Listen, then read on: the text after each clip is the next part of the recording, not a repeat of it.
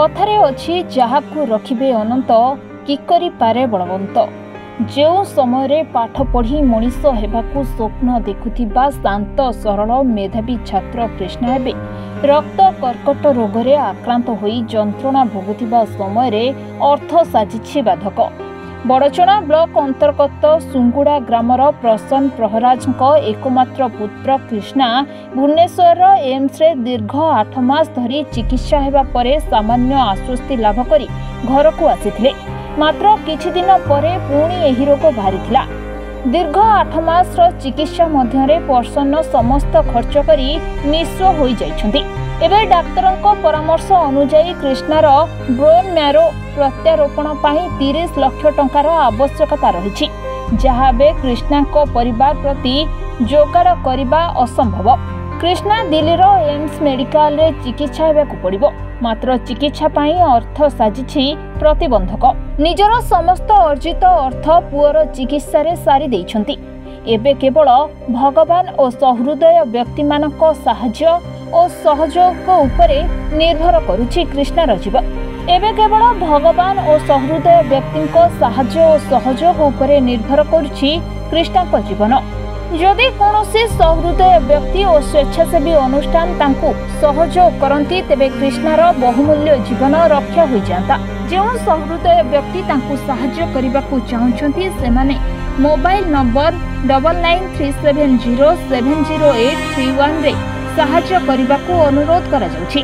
तेबे सेपटे आज चंडीखोल छकठारे स्वेच्छासेवी अनुष्ठान आशार दिशार सदस्य माने कृष्णार चिकित्सा पाई आर्थिक साहाय्य पाई अंटा भिड़िछन्ति। आशार दिशा संगठन तरफ एक कार्यक्रम हाथ को नि जड़े कर्कट रोगी आम चंडीखोल अंचल जो सहायता हाथ बढ़े कौन कहे सार आप? जय जगन्नाथ।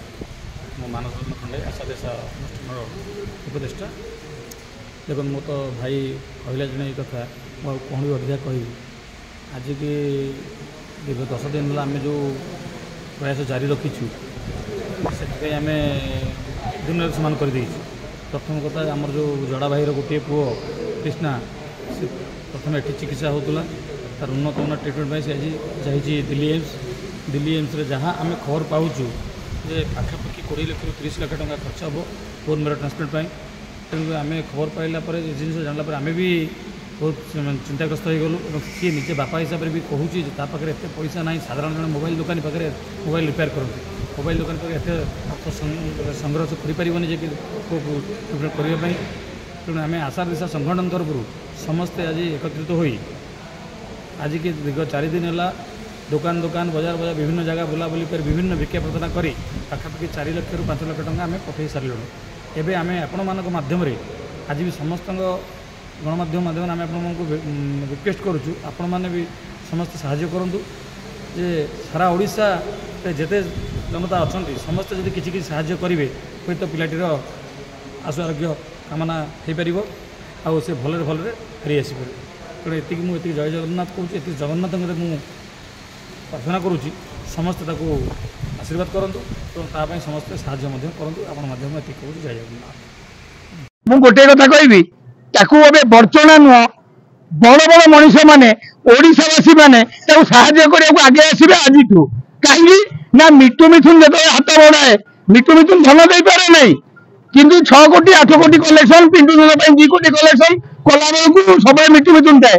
आज कहबी ए कृष्णा आसी कृष्णा आशीर्वाद सेवा आशार दिशा संगठन पिला धन्यवाद देवी जे यही मुहिम जो आरंभ कर मुहिम ओडिशावासी एकाठी हूँ एवं तार बापा गोटे साधारण मोबाइल दुकान कर ब्लड कैंसर है कृष्णा को बोन मैरो ट्रांसफर हम 25 लाख टका दरकार किंतु आम समस्त एकाठी 25 लाख टका बड़ कथा नुह क्या 8 कोटी भी आदाय मुझे 2 कोटी भी मुझे आदाय कर आज मुहिम चलैली जे आशा दिशा संगठन पिला जरिए आमर कृष्णा को समस्त बापा अकाउंट को फोन पे रे पैसा पठेबे आ तल नंबर दिगला आशा दिशा संगठन माध्यम जी पैसा कलेक्शन हम सेगुड़ा भी जीव किंतु एठी लोक टे कम विश्वास करती इे सी बेसी विश्वास करती कौन कहलु डायरेक्ट पैसा जाऊ तेणुक से दियो आशा दिशा पिला दियो से जीव अति कही रोचे मुझे मिटू मिथुन